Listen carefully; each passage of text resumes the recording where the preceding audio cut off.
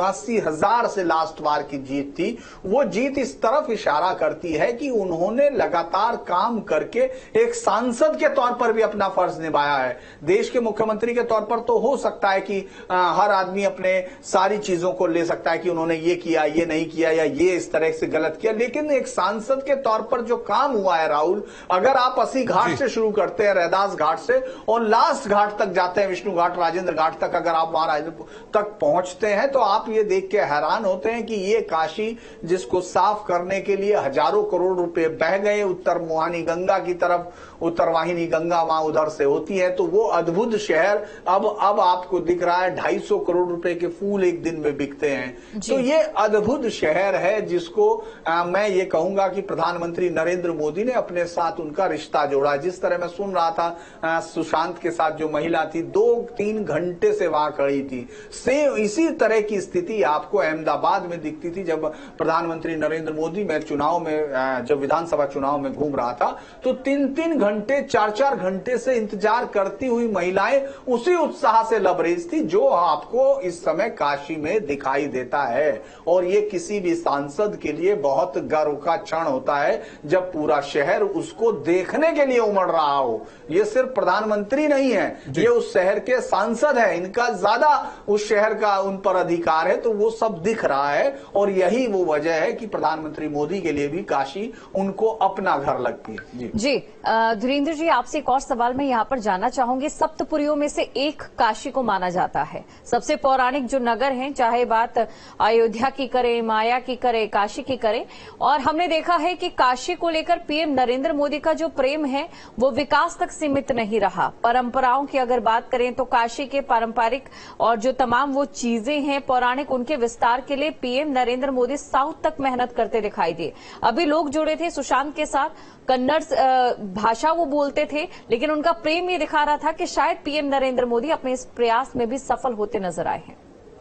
देखिए, उन्होंने 2 तमिल संगम की, अगर आप देखते हैं ये रास्ता जो रोड शो जा रहा है, आपको इसकी विशेषता देखनी होगी। जो हम लोग जो आचार्य शंकराचार्य, जो महागुरु शंकराचार्य, आदि गुरु हम लोग शंकराचार्य जी को कहते हैं, वो जब जिस रास्ते से उन्होंने काशी में भ्रमण किया था, ये उसके करीब, उसी को खोज के, उसी रास्ते को ये माना जाता है कि इसी रास्ते से वो गए थे, तो उसके साथ एक रिश्ता जोड़ना।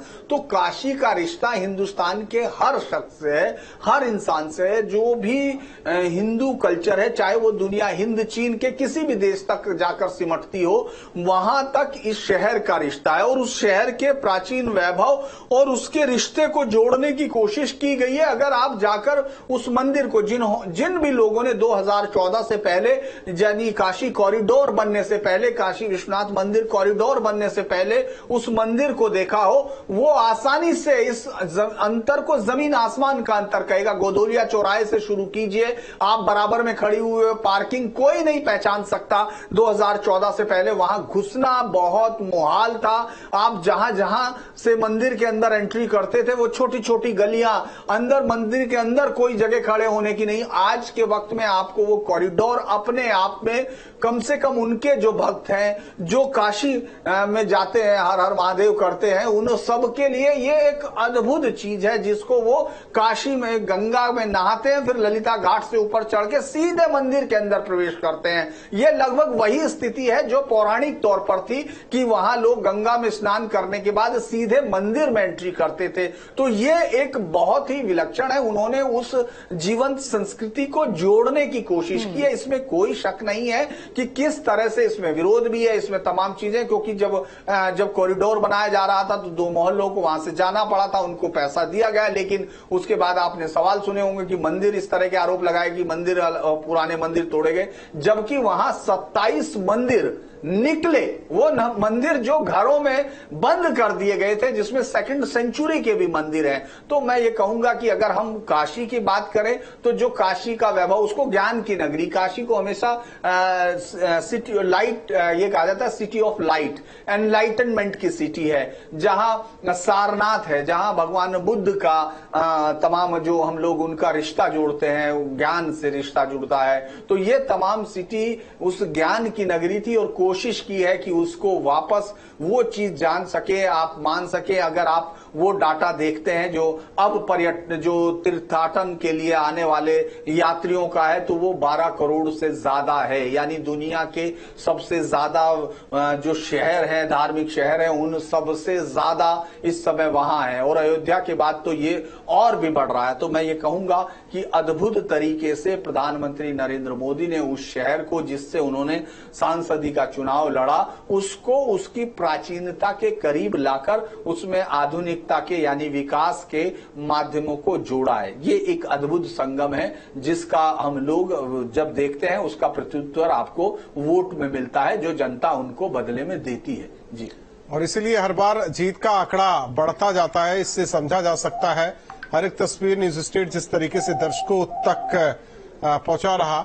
हमारे सहयोगी लगातार हर एक तस्वीर आपको दिखा रहे हैं। पीएम मोदी का ये रोड शो आगे बढ़ता हुआ, हालांकि एक बार फिर बाबा विश्वनाथ के दर पर पहुंचेंगे पीएम मोदी।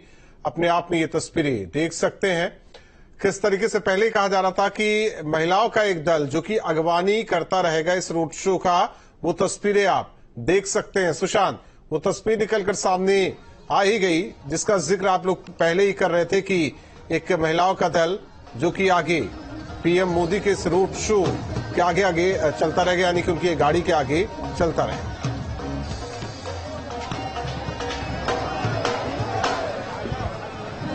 देखिए, पहले ये तय हो गया था कि 36 महिलाओं का एक दल जो है वो प्रधानमंत्री मोदी के उस रथ के आगे चलता रहेगा जब प्रधानमंत्री मोदी मदन मोहन मालवीय की प्रतिमा पर माल्यार्पण कर श्रद्धा सुमन अर्पित कर वहां से आगे निकलेंगे।